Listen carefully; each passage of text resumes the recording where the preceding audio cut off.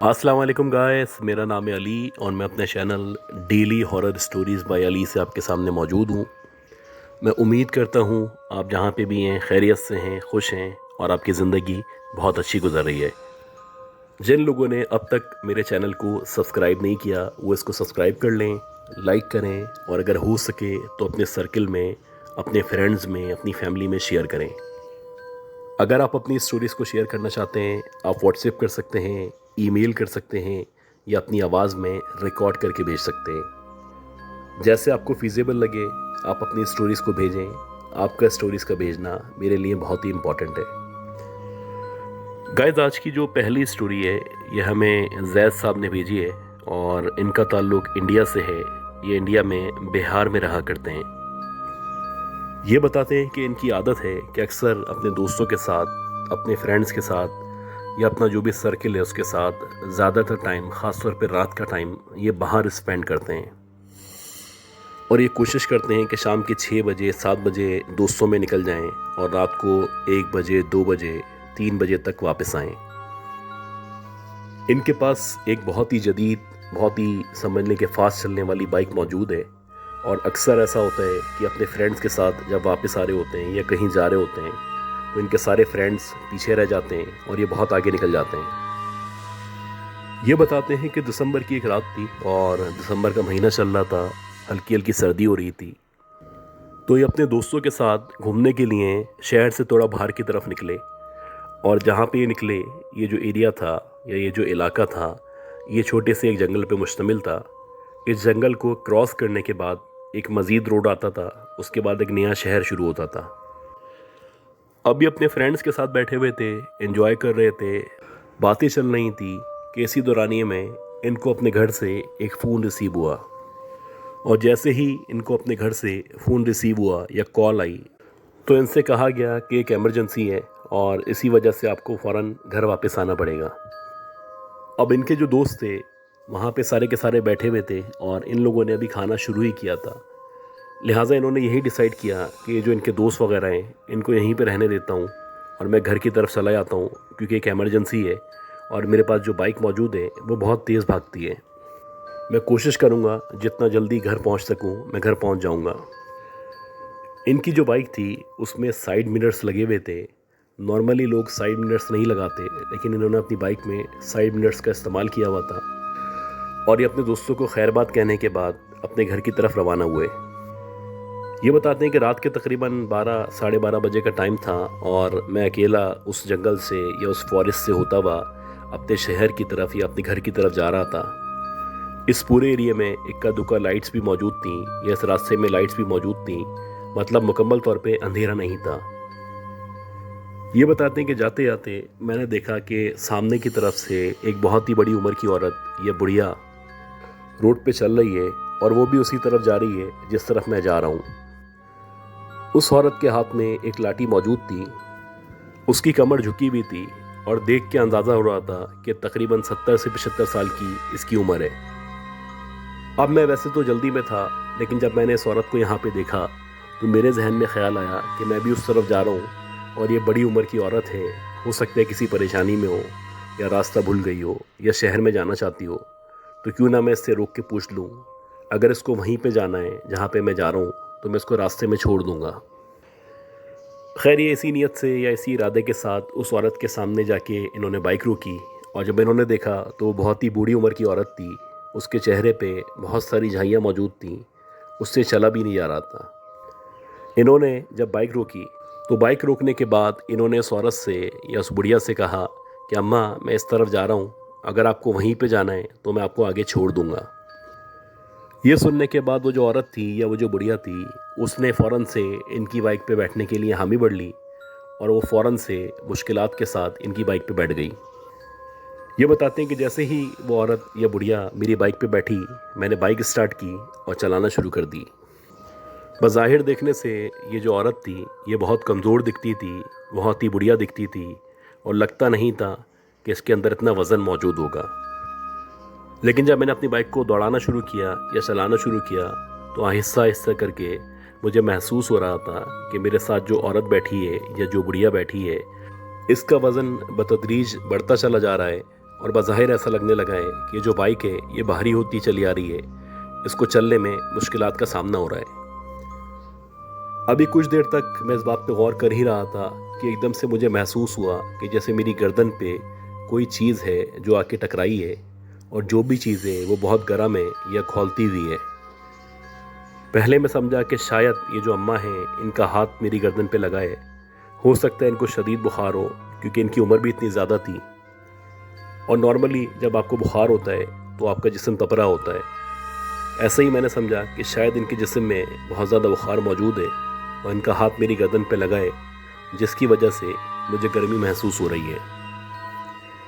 میں نے اگنور کیا، میں نے سوچا ہو سکتا ہے غلطی سے ان کا ہاتھ میری گردن پہ لگ گیا ہو، اور میں مسلسل بائک کو دوڑاتا رہا۔ 3-4 منٹ تک مسلسل مزید میں نے بائک چلائی، اور اس کے بعد مجھے دوبارہ سے محسوس ہوا کہ کوئی چیز ہے جو میری گردن پہ آ کے ٹکرائی ہے، اور ویسے ہی اگین دوبارہ سے محسوس ہوا کہ بہت گرم چیز ہے یا کوئی کھولتی ہوئی چیز ہے جو میری گردن سے ٹچ ہوئی ہے۔ اب جب دوبارہ مجھے محسوس ہوا تو میں یہ سوچنے لگا کہ یہ کیا مسئلہ ہے، یہ دوسری دفعہ ہوا ہے۔ اب میں نے یہ جو سائیڈ مررز موجود تھے وہاں سے پیچھے کی طرف دیکھنا شروع کیا، یا اس عورت کی طرف دیکھنا شروع کیا، اور غور کرنا شروع کیا کہ یہ جو بڑھیا یا یہ جو عورت میرے ساتھ بیٹھی ہے یہ آخر کیا کر رہی ہے، اور یہ چاہتی کیا ہے۔ یہ بتاتے ہیں کہ جیسے ہی میں نے سائیڈ مرر سے پیچھے کی طرف دیکھنا شروع کیا یا اس بڑھیا کی طرف نظر ڈالی، تو میں نے دیکھا کہ اس کی جو زبان ہے تقریباً 1 فٹ تک باہر نکلی ہوئی ہے، اور اس کی بہت پتلی سی باریک سی زبان ہے، اور وہ مسلسل آگے پیچھے ہل رہی ہے، کبھی وہ اوپر جا رہی ہے، کبھی وہ نیچے جا رہی ہے۔ اور ابھی میں یہ دیکھ ہی رہا تھا کہ ایک دم سے یہ جو بڑھیا تھی اس نے دوبارہ سے اپنی جو زبان تھی وہ ایک دم میری گردن پہ رکھی، اور جیسے ہی اس کی زبان میری گردن پہ لگی تو تیسری بار مجھے احساس ہوا کہ کوئی گرم سی چیز ہے جو میری گردن سے آ کے ٹکرائی ہے۔ اب مجھے یقین ہو چلا کہ میرے پیچھے جو عورت بیٹھی ہے یا جو بڑھیا بیٹھی ہے یا میں نے جس کو لفٹ دی ہے، یہ کوئی نارمل عورت نہیں ہے، کیونکہ کسی انسان کی، کسی عورت کی اتنی لمبی یا اتنی بڑی زبان نہیں ہو سکتی۔ جیسے ہی اس نے تیسری دفعہ زبان مجھ سے ٹچ کی تو اس کے بعد مجھے کچھ یاد نہیں ہے، مجھے بس ایسا لگا کہ میری آنکھوں کے سامنے ایک دم سے اندھیرا ہو چکا ہے اور میری بائک جا کے کسی درخت سے ٹکرائی ہے۔ یہ بتاتے ہیں کہ جب مجھے ہوش آیا تو میں نے دیکھا کہ میں قریبی ہاسپٹل میں موجود ہوں، میرے چاروں طرف بہت سارے لوگ کھڑے ہوئے ہیں، ان میں میرے دوست بھی موجود ہیں، میرے پیرنٹس موجود ہیں۔ خیر جب میں ہوش میں آیا تو میں سب سے پوچھنے لگا کہ میں یہاں پہ کیسے آیا اور آپ لوگوں نے کیا دیکھا اور ایسا کیسے ہوا۔ یہ بتاتے ہیں کہ جو لوگ کھڑے ہوئے تھے ان میں سے 2 لڑکے ایک دم سے آگے آئے اور انہوں نے کہا کہ ہم اس روڈ سے گزر رہے تھے، اور جب ہم اس روڈ سے گزر رہے تھے تو ہم نے دیکھا کہ آپ کی بائک نیچے پڑی ہوئی ہے اور آپ درخت کے قریب بے ہوش پڑے ہوئے ہیں، اور جب ہم نے آپ کو اس طرح دیکھا تو ہمیں یقین ہو چلا کہ آپ کا ایکسیڈنٹ ہوا ہے۔ آپ کی جیب کی جب ہم نے تلاشی لی تو اس میں آپ کا کارڈ موجود تھا، موبائل موجود تھا، لہٰذا ہم نے موبائل نکال کے سب سے پہلے آپ کے فرینڈس کو کال کرنا شروع کی اور آپ کے فرینڈس کو انفارم کیا کہ آپ کا یہاں پہ ایکسیڈنٹ ہو چکا ہے، اور اس کے بعد ہم لوگ آپ کو لے کے اسپتال میں آ گئے۔ یہ بتاتے ہیں کہ جب میں ہوش میں آیا تو تقریباً 6 سے 7 گھنٹے کا ٹائم گزر چکا تھا، یعنی کہ صبح ہو چکی تھی۔ مجھے اس وقت شدید بخار ہو رہا تھا۔ میرے گھر والے بہرحال 1 آدھ دن میں مجھے گھر لے کے گئے، اور جب وہ گھر لے کے گئے اس وقت بھی مجھے شدید بخار موجود تھا۔ مسلسل جو ڈاکٹر نے مجھے میڈیسن دی تھی میں اس کا استعمال کر رہا تھا، لیکن اس کے باوجود بھی میری طبیعت صحیح ہونے کا نام نہیں لے رہی تھی۔ یہ بتاتے ہیں کہ اسی دورانیے میں جو میرے پیرنٹس تھے یا جو میرے گھر والے تھے، خاص طور پہ جو میرے فادر تھے، انہوں نے علاقائی مسجد سے رابطہ کیا، اور علاقے کے اندر جو مسجد موجود تھی اس کے امام صاحب کو بلا کے لایا گیا۔ جب وہ امام صاحب آئے انہوں نے مکمل طور پہ میرا معائنہ کیا، تو میرا معائنہ کرنے کے بعد انہوں نے یہ بتایا کہ اس کے اوپر برے اثرات ہو چکے ہیں، جس کی وجہ سے اس کی طبیعت ٹھیک نہیں ہو پا رہی۔ کچھ دن تک انہوں نے مجھ پہ دم درود کیا، مجھے ایک تعویذ پہنایا، اور میرے گھر والوں کو کچھ آیت بتائیں کہ آپ نے مسلسل پڑھنی ہے۔ ان سب پہ عمل کرنے کے 10 سے 15 دن کے اندر اندر میری طبیعت بہتر ہوئی، اور آہستہ آہستہ کر کے میں نارمل ہو گیا۔ لیکن اس کے بعد سے میں نے، میرے فرینڈز نے، ہم سب نے توبہ کر لی کہ رات کے ٹائم میں یہ جو بیچ کا حصہ ہے جو کہ جنگل پہ مشتمل ہے، یہاں سے نہیں گزرنا ہے ہمیں۔ गाइस, आज की जो दूसरी स्टोरी है, ये स्टोरी हमें उसामा साहब ने भेजी है। ये बताते हैं कि गुलिस्तान जौहर में रहा करते हैं और गुलिस्तान जौहर में इनकी फैमिली एक बंगले में रहती है। इनकी फैमिली के अंदर इनकी बहन मौजूद है, इनके 2 बड़े भाई हैं, इसके अलावा इनके पेरेंट्स हैं, दादा दादी हैं। ये बताते हैं कि जिस घर में या जिस बंगले में ये रहा करते हैं, वहीं पे इनकी पैदाइश हुई थी और जैसे जैसे ये बड़े हो रहे थे, तकरीबन 8 या 9 साल के हुए, तो बहुत सारी बातें थीं जो इनको पता चलना शुरू हुई, जो कि इस घर के मुतालिक थीं, जो इस बंगले के मुतालिक थीं। ये बताते हैं कि जब मैं तकरीबन 8 या 9 साल का हुआ, तो जो मेरे घर वाले थे, उन लोगों ने मुझ पे, मेरी बहन पे और मेरे 2 जो बड़े भाई थे, उन भाइयों पे पाबंदियाँ लगाना शुरू की। जैसे कि हमारे घर वाले बोलते थे कि जो फर्स्ट फ्लोर के ऊपर कमरा मौजूद है, यहाँ पे अब तुम लोगों को कम से कम जाना है। हम शुरू से ही उस कमरे में जाते आए थे, खेलते आए थे। गर्ल्स के हमारे लिए बड़ा नॉर्मल था वहाँ पे जाना, खेलना। और जब एकदम से ये पाबंदियाँ लगीं या हमें मजबूर किया जाने लगा कि हम ऊपर ना जाएं या कम से कम जाएं, तो हम लोगों को उसके बाद इश्तियाक पैदा होना शुरू हुआ कि क्यों ना हम ऊपर जाएं, चुपके से जाएं, जाके देखें कि हमें ऊपर जाने से क्यों मना किया जाता है। और अक्सर ऐसा होता कि जब हमारे पेरेंट्स आगे पीछे होते या घर वाले मौजूद नहीं होते, तो मैं और मेरी बहन ख़ास तौर पे ऊपर वाले कमरे में जाते, वहाँ जाके खेलते, शरारतें करते। हमें कभी भी कोई इस तरह की बात ऊपर महसूस नहीं हुई थी। इसी तरह एक दिन जो मेरे पेरेंट्स थे, वो किसी काम से बाज़ार गए हुए थे। घर में हम सब बहन भाई मौजूद थे और हम लोगों के अलावा कोई भी मौजूद नहीं था। मगरिब होने वाली थी। मैं और मेरे बहन भाई हम लोगों ने डिसाइड किया कि जो ऊपर कमरा मौजूद है, वहाँ पे जाएंगे, वहाँ पे जाके खेलेंगे। हम लोग ऊपर गए, ऊपर जाके हम लोगों ने खेलना शुरू किया और खेलते खेलते हम इस कदर थक गए कि हम सबको नींद आने लगी। अब मैं तो वहाँ पे ऊपर जो बेड मौजूद था, वहीं पे लेटा और मेरी आँख लग गई और मेरे साथ साथ जो मेरी बहन थी, वो भी वहाँ पे लेटी और उसकी भी आँख लग गई। लेकिन जो बाकी भाई थे, वो नीचे चले गए थे। उनको माँ बाप का या पेरेंट्स का खौफ था। उनको पता था कि अगर पेरेंट्स आ गए या घर वाले आ गए तो वो गुस्से का इजहार करेंगे, लिहाजा वो लोग नीचे चले गए थे। ये बताते हैं कि मुझे सोए हुए कुछ देर ही हुई थी कि एकदम से मगरिब की अज़ान की आवाज़ आने लगी। और जब मगरिब की अज़ान की आवाज़ आने लगी तो मैं उठ के बैठ गया।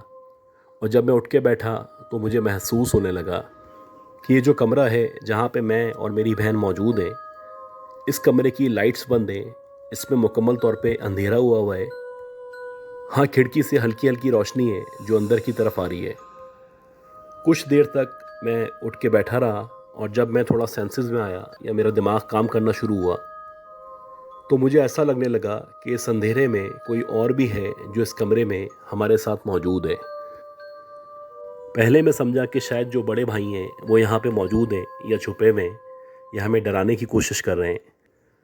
लेकिन जब मैंने मुकम्मल तौर पे गौर किया तो मुझे ऐसा लगा कि जो सामने सोफ़ा रखा हुआ है, जहाँ पे अंधेरा हो रहा है, उस सोफ़े के ऊपर कोई औरत है जो बैठी हुई है, जिसने अपने सर पे दुपट्टा लिया हुआ है। अंधेरे की वजह से उसकी शक्ल नज़र नहीं आ रही, लेकिन ये अंदाज़ा हो रहा है कि कोई औरत है जिसने अपने चेहरे पे स्कार्फ बांधा हुआ है या दुपट्टा लिया हुआ है। अब जब मैंने अपने कमरे के अंदर इस औरत को देखा तो पहले मैं समझा कि शायद मेरी अम्मी हैं जो यहाँ पे आ गई हैं और ऊपर आके बैठ के हमको देख रही हैं। और जब मुझे लगा कि मेरी मदर है तो मैंने फ़ौरन से अपनी अम्मी को पुकारा कि अम्मी, आप हैं क्या? जैसे ही मैंने ऐसे कहा तो वो जो औरत थी एकदम से खड़ी हुई। और जब वो खड़ी हुई तो ये देख के मैं हैरान हो गया, मेरे औसान ख़ता हो गए कि वो जो औरत थी या वो जो लड़की थी जिसने स्कार्फ पहना हुआ था, इसकी शक्ल मुझे नज़र नहीं आ रही थी। खड़े होते ही उसका जो सर है वो बाकायदा छत से टच हो रहा है, यानी छत से लग रहा है। नॉर्मली जो छत होती है वो 10 फीट के फासले पे होती है या 10 फीट की ऊंचाई पे होती है। तो ये किस तरह मुमकिन था कि एक औरत या एक लड़की, उसका इतना लंबा कद हो सकता है? जैसे ही मैंने उस औरत या लड़की को देखा तो मैंने फ़ौरन से अपनी बहन को हिलाना शुरू किया और मैं कोशिश करने लगा कि वो भी उठ के बैठ जाए। ये बताते हैं कि काफ़ी देर हिलाने के बाद मेरी जो बहन थी वो उठी और जैसे ही वो उठी तो उसने भी उस औरत को या उस लड़की को देखा جس کا سر باقاعدہ چھت سے ٹچ ہو رہا تھا۔ جب میری بہن نے اس عورت کو یا اس لڑکی کو دیکھا تو ایک دم سے وہ چیخی اور چیخ کے رونے لگی۔ اسی دورانیے میں جو ہمارا گھر تھا اس کی بیل بجی، اور جیسے ہی بیل بجی تو میرے پیرنٹس گھر کے اندر داخل ہوئے۔ ہمیں آوازوں سے پتہ چل رہا تھا کہ ہمارے پیرنٹس ہیں جو گھر میں آ چکے ہیں، اور جیسے ہی میری مدر اندر آئیں اور انہوں نے میری بہن کے رونے کی آواز سنی تو وہ بھاگتی ہوئی اوپر کی طرف آئیں، اور جب وہ اوپر آئیں تو دیکھتے ہی دیکھتے وہ جو عورت تھی یا وہ جو لڑکی تھی جس کا سر چھت سے ٹچ ہو رہا تھا وہ غائب ہو گئی۔ بہرحال میری مدر نے ہم دونوں کو کمرے سے باہر نکالا، اور اس وقت تک میں بھی رونا شروع ہو چکا تھا۔ خیر جیسے ہی ہم لوگ کمرے سے باہر نکلے ہم دونوں بری طرح رو رہے تھے۔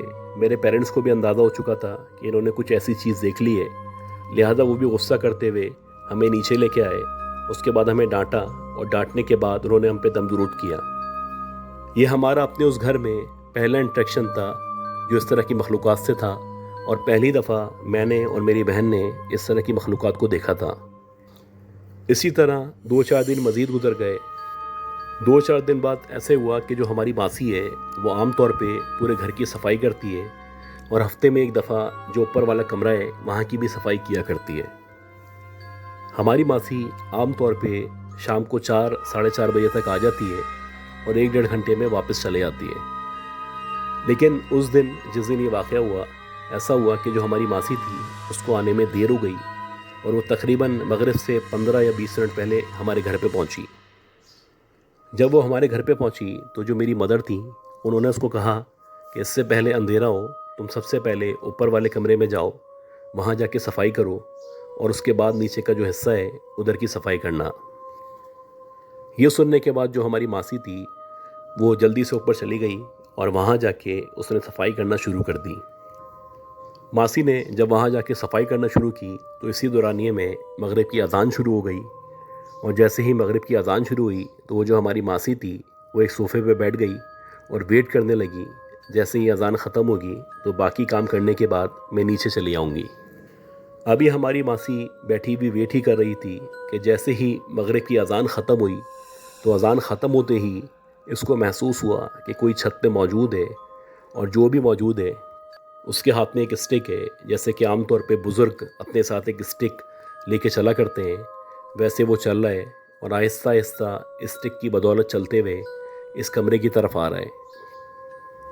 جب اس کو یہ آواز آنا شروع ہوئی تو یہ سوچنے لگی کہ اس گھر میں کوئی بھی ایسا شخص موجود نہیں ہے جو اسٹک کا استعمال کرتا ہو۔ خیر اس نے سوچا کہ ہو سکتا ہے کوئی آیا ہوا ہو۔ وہ کام کرنے کے لیے اٹھنے ہی والی تھی کہ ایک دم سے اس نے دیکھا کہ ایک بہت ہی بوڑھی سی عورت ہے جس کی تقریباً 80-85 سال کی عمر ہے۔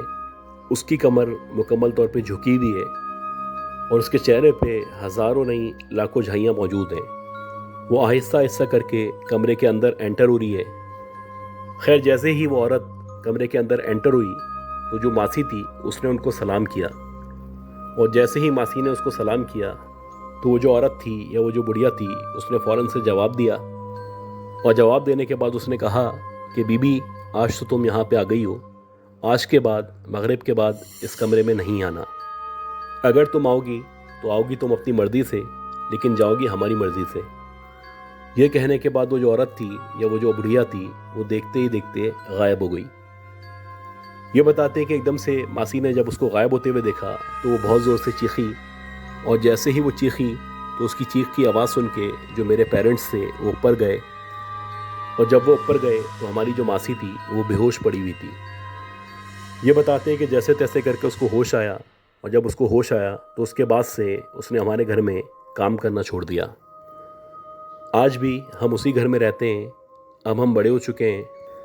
آج بھی ہمارے پیرنٹس پوری کوشش کرتے ہیں کہ ہم لوگ اوپر نہ جائیں، اور اگر جائیں بھی تو اپنا کام کرنے کے بعد فوراً واپس آ جائیں۔ خاص طور پہ ہمیں کہا جاتا ہے کہ مغرب کی اذان یا اس کے بعد چھت پہ نہیں جانا ہے۔ تو گائز میں امید کرتا ہوں جو بھی اسٹوریز میں نے شیئر کی ہیں یہ ساری کی ساری اسٹوریز آپ کو پسند آئی ہوں گی۔ اگر آپ کو یہ اسٹوریز پسند آئی ہیں تو اس ویڈیو کو لائک کر دیں، اس ویڈیو کو شیئر کریں، اور دعاؤں میں یاد رکھیں کہ اللہ ہم سب کو، ہماری فیملی کو صحت دے، زندگی دے، ہم سب کے لیے آسانی ہو۔ اگلی ویڈیو تک کے لیے اپنا خیال رکھیے گا۔ اللہ حافظ۔